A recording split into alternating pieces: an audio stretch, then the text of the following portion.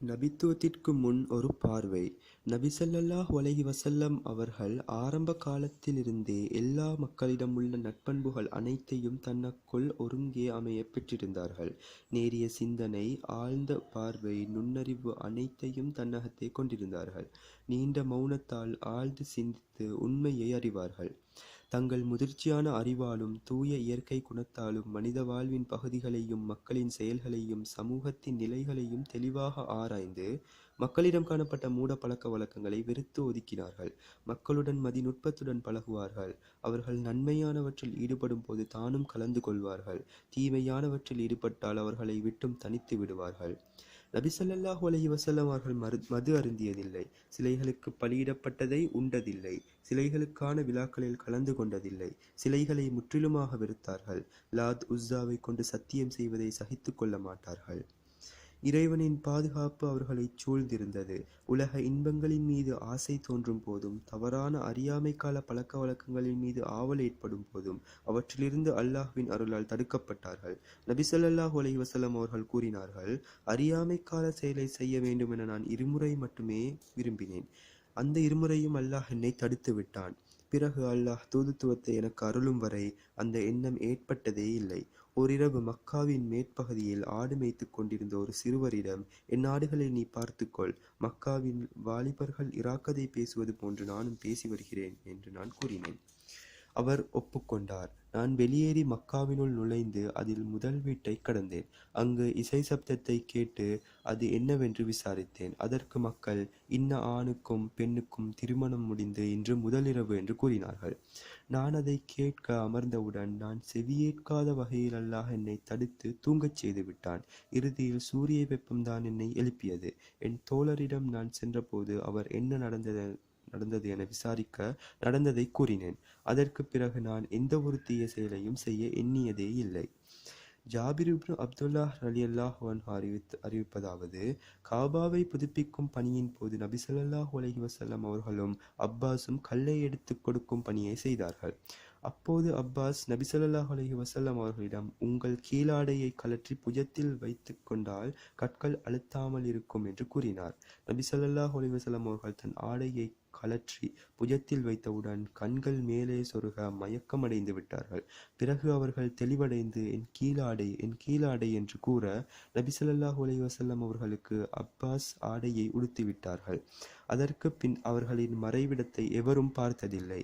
நபி ஸல்லல்லாஹு அலைஹி வஸல்லம் அவர்கள் தங்கள் கூட்டத்தாரிலேயே மிக இனிய குணம், உயர் பண்பு, சிறந்த ஒழுக்கம், மனிதாபிமானம் உடையவர்களாகவும், மேலும் மென்மையானவராகவும், நன்மை செய்யக்கூடியவராகவும், அமானிதம் பேணி வாக்குறுதியை முழுமையாக நிறைவேற்றுபவராகவும் இருந்தார்கள். இந்த உயர் பண்புகளை கண்ட அவர்களின் சமூகத்தார்கள் அவர்களை அல் அமீன், நம்பிக்கையாளர் என்று அழைத்தனர். அவர்கள் பிறர் சிரமங்களை தானே தாங்கிக் கொள்வார்கள்.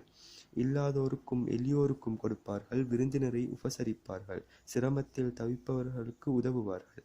இவ்வாறுதான் அன்னை கதீஜா ரலியல்லாஹு அன்ஹா நபி ஸல்லல்லாஹு அலைஹி வஸல்லம் அவர்களை பற்றி வர்ணிக்கிறார்கள். இறை தூதராகுதல் மற்றும் அழைப்பு பணி.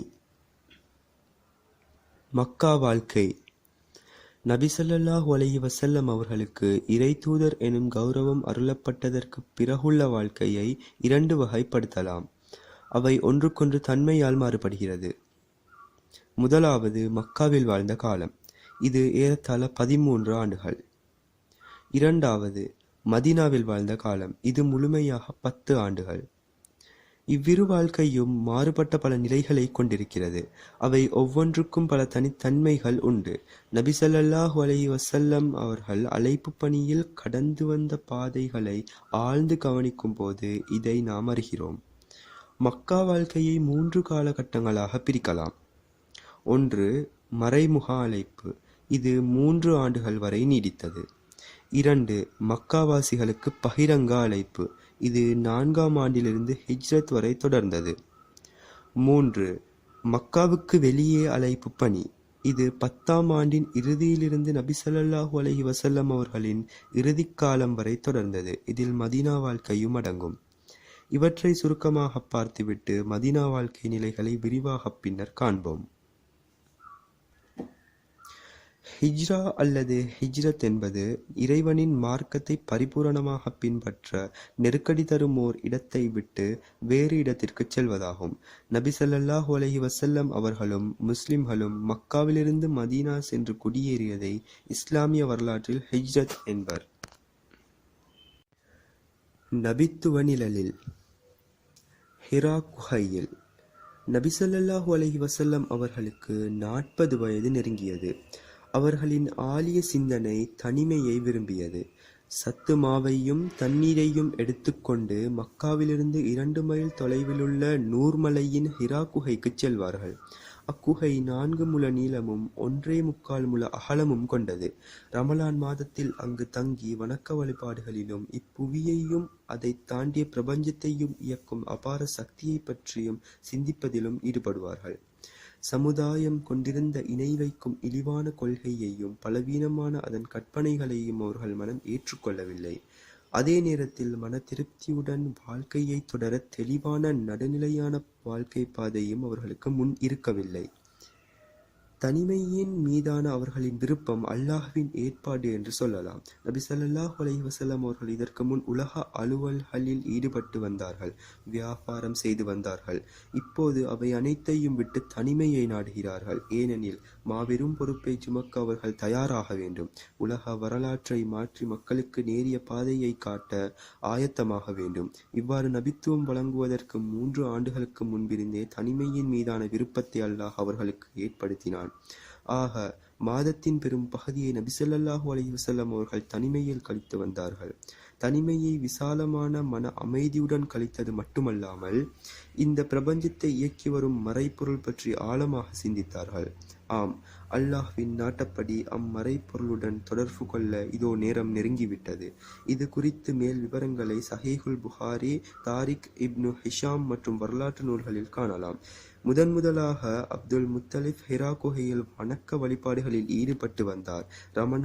ரமலானில் அங்கு சென்று தங்குவார். ஏழை எளியோருக்கு உணவளிப்பார். ஜிப்ரீல் வருகை பரிபூரணத்தின் தொடக்கமாகிய 40 வயது நிறைவான போது பல நபிமார்களுக்கு 40வது வயதில்தான் நபித்துவம் நுபுவத் அருளப்பட்டது என்று சொல்லப்படுகிறது. நபித்துவ அடையாளங்கள் தெரிய வந்தன. அவற்றில் சில: மக்காவிலிருந்த கல்லொன்று அவர்களுக்கு சலாம் கூறி வந்தது. உண்மையான கனவுகளை கண்டார்கள். அவை அதிகாலையில் விடியலைப் போன்று நிதர்சனமாக நடந்துவிடும். இந்த நிலையில் 6 மாதங்கள் கழிந்தன. நபித்துவ பணியாற்றியதோ 23 ஆண்டுகள். உண்மை கனவுகள் நபித்துவத்தின் 46 பங்குகளில் ஒரு பங்காகும். அது ஹிரா குகையில் அவர்கள் தனித்திருந்த 3ஆம் ஆண்டு ரமலான் மாதம். அல்லாஹ் அகிலத்தாருக்கு தனது கருணையை பொழிய நாடினான். முஹம்மது ஸல்லல்லாஹு அலைஹி வஸல்லம் அவர்களுக்கு நபித்துவத்தை வழங்கி சிறப்பிப்பதற்காக மேன்மை மிகு குர்ஆனின் சில வசனங்களுடன் வானவர் ஜிப்ரீலை அவர்களிடம் அனுப்பி வைக்கிறான். தெளிவான சான்றுகளை ஆராயும் போது அது ரமலான் 21வது பிறை திங்கட்கிழமை என்ற முடிவுக்கு வரலாம். கிபி 610 ஆகஸ்ட் மாதம் 10ஆம் திகதி அந்நாளில் அவர்களின் வயது பிறை கணக்குப்படி மிகச் சரியாக 40 ஆண்டுகள் 6 மாதங்கள் 12 நாள்களாகும். சூரிய கணக்குப்படி 39 ஆண்டுகள் 3 மாதங்கள் 20 நாள்கள் ஆகும். இறை நிராகரிப்பு, வழிகேடு போன்ற அனைத்து இருள்களையும் அழித்து வாழ்க்கைக்கு ஒளிமிக்க பாதையை அமைத்துத் தந்த நபித்துவத்தின் இந்த முக்கிய நிகழ்ச்சியைப் பற்றி அன்னை ஆயிஷா ரலியல்லாஹு அன்ஹா அவர்கள் கூறக் கேட்போம். நபி ஸல்லல்லாஹு அலைஹி வஸல்லம் அவர்களுக்கு வந்த வஹி, இறைச்செய்தி தூக்கத்தில் தோன்றும் நல்ல கனவுகளாகவே ஆரம்பத்தில் இருந்தது. அவர்கள் எந்த கனவு கண்டாலும் அதிகாலையின் விடியலைப் போன்று அவை தெளிவாக அப்படியே நடக்கும். பின்னர் தனிமையை விரும்பினார்கள். ஹிரா குகையில் தனித்திருந்து பல இரவுகள் வணக்க வழிபாடுகளில் ஈடுபடுவார்கள். பிறகு தனது குடும்பத்தாரிடம் திரும்பி வருவார்கள். இதற்காக உணவையும் தம்மோடு எடுத்துச் செல்வார்கள். உணவு தீர்ந்தவுடன் கதீஜா ரலியல்லாஹு அன்ஹா அவர்களிடம் வந்து மீண்டும் உணவை எடுத்துச் செல்வார்கள். இந்த நிலையில்தான் ஹிரா குகையில் அவர்களுக்கு வஹி வந்தது. வானவர் நபி அவர்களிடம் வந்து ஓதுவீராக என்றார். அதற்கு அவர்கள், நான் ஓதத் தெரிந்தவனில்லையே என்றார்கள். அல்லாஹ்வின் தூதர் ஸல்லல்லாஹு அலைஹி வஸல்லம் அவர்கள் இந்நிலையை பற்றி பின்வருமாறு விவரித்தார்கள். பிறகு அவர் என்னை பிடித்து நான் சிரமப்படும் அளவுக்கு இறுக கட்டி அணைத்தார். பிறகு என்னை விட்டுவிட்டு ஓதுவீராக என்றார். அப்போதும் நான் ஓதத் தெரிந்தவனில்லையே என்றேன். மீண்டும் என்னை இறுகக் கட்டியணைத்துவிட்டு ஓதுவீராக என்றார். அப்போதும் நான் ஓதத் தெரிந்தவனில்லையே என்றேன். அவர் என்னை பிடித்து 3வது முறையும் கட்டியணைத்துவிட்டு, நபியே, அனைத்தையும் படைத்த உங்கள் இறைவனின் பெயரால் என் கட்டளைகள் அடங்கிய குர்ஆனை நீங்கள் ஓதுவீராக. அவனே மனிதனை கருவிலிருந்து படைக்கிறான். நபியே, பின்னும் நீங்கள் ஓதுங்கள், உங்கள் இறைவன்தான் மகா பெரும் கொடையாளி என்று 5 வசனங்களை ஓதிக் காட்டினார். பிறகு அந்த வசனங்களுடன் இதயம் நடுங்க தமது துணைவியார் கதீஜா ரலியல்லாஹு அன்ஹா அவர்களிடம் வந்து, என்னை போர்த்துங்கள் என்றார்கள். கதீஜா ரலியல்லாஹு அன்ஹா நபி ஸல்லல்லாஹு அலைஹி வஸல்லம் அவர்களை போர்த்தினார்கள். நடுக்கம் தீர்ந்ததும் கதீஜாவிடம் நடந்த செய்தியை தெரிவித்துவிட்டு தமக்கு ஏதும் நேர்ந்து விடுமோ என தாம் அஞ்சுவதாக கூறினார்கள். அதற்கு கதீஜா ரலியல்லாஹு அன்ஹா, அவ்வாறு கூறாதீர்கள், அல்லாஹ்வின் மீது ஆணையாக, அல்லாஹ் உங்களை ஒருபோதும் இழிவுபடுத்த மாட்டான். ஏனெனில் தாங்கள் உறவினர்களுடன் இணங்கி வாழ்கிறீர்கள், சிரமப்படுவோரின் சுமைகளை சுமந்து கொள்கிறீர்கள், வறியவர்களுக்காக உழைக்கிறீர்கள், விருந்தினர்களை உபசரிக்கிறீர்கள், உண்மையான சோதனைகளில் சிக்குண்டோருக்கு உதவி புரிகிறீர்கள் என்றார்கள். பின்னர் நபி ஸல்லல்லாஹு அலைஹி வஸல்லம் அவர்களை தமது தந்தையின் பிறந்தவரான நௌஃபல் என்பவரின் மகன் வரக்காவிடம் அழைத்துச் சென்றார்கள். வரக்கா கிறிஸ்துவராக இருந்தார். அவர் ஹிப்ரு மொழியை அறிந்தவர், இஞ்சில் வேதத்தை கற்றவர், வயது முதிர்ந்தவர், கண் பார்வையற்றவர். அவரிடம் கதீஜா ரலியல்லாஹு அன்ஹா அவர்கள், என் சகோதரரே, உம் சகோதரன் மகன் கூறுவதை கேளுங்கள் என்றார். என் சகோதரர் மகனே, நீ எதைக் கண்டீர் என வரக்கா கேட்க, நபி ஸல்லல்லாஹு அலைஹி வஸல்லம் அவர்கள் தாம் பார்த்த செய்திகளை அவரிடம் சொன்னார்கள். அதற்கு வரக்கா, இவர் தாம் மூசாவிடம் இறைவன் அனுப்பிய நாமூஸ் ஜிப்ரீல் ஆவார் என்று கூறிவிட்டு, உங்கள் சமூகத்தார் உங்களை உங்கள் ஊரிலிருந்து வெளியேற்றும் சமயத்தில் நான் உயிருடன் திடகாத்திரமாக இளைஞனாக இருக்க வேண்டுமே என்று அங்கலாய்ந்தார். நபி ஸல்லல்லாஹு அலைஹி வஸல்லம் அவர்கள், மக்கள் என்னையா வெளியேற்றுவார்கள் என்று கேட்டார்கள். அதற்கவர், ஆம், நீங்கள் கொண்டு வந்திருப்பது போன்ற சத்தியத்தை கொண்டு வந்த எந்த மனிதரும் மக்களால் பகைத்து கொள்ளப்படாமல் இருந்ததில்லை. நீங்கள் வெளியேற்றப்படும் அந்நாளில் நான் உயிருடன் இருந்தால் உங்களுக்கு பலமான உதவி செய்வேன் என்று கூறினார். இந்நிகழ்ச்சிக்கு பின் வரக்கா குறுகிய காலத்தில் இறந்துவிட்டார். இத்துடன் வஹி சிறிது காலம் நின்றுவிட்டது. இறைச்செய்தி தாமதம். இது குறித்து பல கருத்துகள் நிலவினாலும் அந்த இடைவெளிக்காலம் சில நாட்கள் என்பதே உறுதியான கருத்தாகும். இதையே இப்னு அப்பாஸ் ரலியல்லாஹு அன்ஹு அவர்களின் வாயிலாக இப்னு ஜாத் ரஹ்மத்துல்லாஹி அலைஹி அவர்கள் அறிவிக்கிறார்கள். வஹியின் இடைவெளிக்காலம் 3 அல்லது 2½ ஆண்டு என்று கூறுவது சரியானதல்ல. அறிஞர்களின் பல்வேறு கருத்துக்களை ஆய்வு செய்ததில் எனக்கு ஒன்று புலப்பட்டது. அதாவது, நபி ஸல்லல்லாஹு அலைஹி வஸல்லம் அவர்கள் ஒவ்வொரு ஆண்டும் ரமலான் மாதத்தில் மட்டுமே ஹிராவில் தனித்திருந்துவிட்டு ஷவ்வால் முதல் பிறையின் காலையில் வெளியேறி வீட்டுக்கு வருவார்கள். இவ்வாறு நபித்துவத்துக்கு முன் 3 ஆண்டுகள் தங்கினார்கள். அந்த 3வது ஆண்டின் ரமலானில் நபித்துவம் அருளப்பட்டது. புகாரி முஸ்லிம்களுடைய ஹதீஸின் படி நபி ஸல்லல்லாஹு அலைஹி வஸல்லம் அவர்கள் ஹிராவில் தங்கி ரமலானை நிறைவு செய்துவிட்டு வீடு திரும்பிக் கொண்டிருக்கும் போது 2வது வஹி அருளப்பட்டது. இதில் என் கருத்து என்னவென்றால், நபித்துவம் கிடைக்கப்பெற்ற ரமலான் முடிந்த பிறகு ஷவ்வால் மாதத்தின் முதல் பிறையில்தான் 2வது வஹி இறங்கியது. அதற்கு பிறகு நபி ஸல்லல்லாஹு அலைஹி வஸல்லம் அவர்கள் ஹிராவுக்கு செல்லவில்லை. உறுதியான சான்றுகளின்படி ரமலான் பிறை 21 திங்கள் இரவில் முதல் வஹி அருளப்பட்டது. 2வது வஹி ஷவ்வாலின் முதல் பிறை வியாழன் காலை அருளப்பட்டது. ஆகவே இக்கருத்தின்படி வஹியின் இடைவெளி காலம் 10 நாட்கள் மட்டுமே. இதுவே ரமலானின் கடைசி 10ல் ஏத்திகாஃப் இருப்பதற்கும் ஷவ்வால் முதல் பிறை பெருநாளாக இருப்பதற்கும் காரணமாக இருக்கலாம். அல்லாஹ்வே நன்கறிந்தவன். வஹியின் இடைவெளி காலம் நபி ஸல்லல்லாஹு அலைஹி வஸல்லம் அவர்கள் திடுக்கமும் கவலையும் நிறைந்தவர்களாக காணப்பட்டார்கள். இது பற்றி சஹீஹுல் புகாரியில் வருவதாவது, இரண்டாவது வஹி வருவதற்கு சிறிது காலதாமதமானது. அதனால் நபி ஸல்லல்லாஹு அலைஹி வஸல்லம் அவர்கள் கவலையடைந்தார்கள். மலை உச்சியிலிருந்து கீழே குதித்துவிட பலமுறை முனைந்தார்கள்.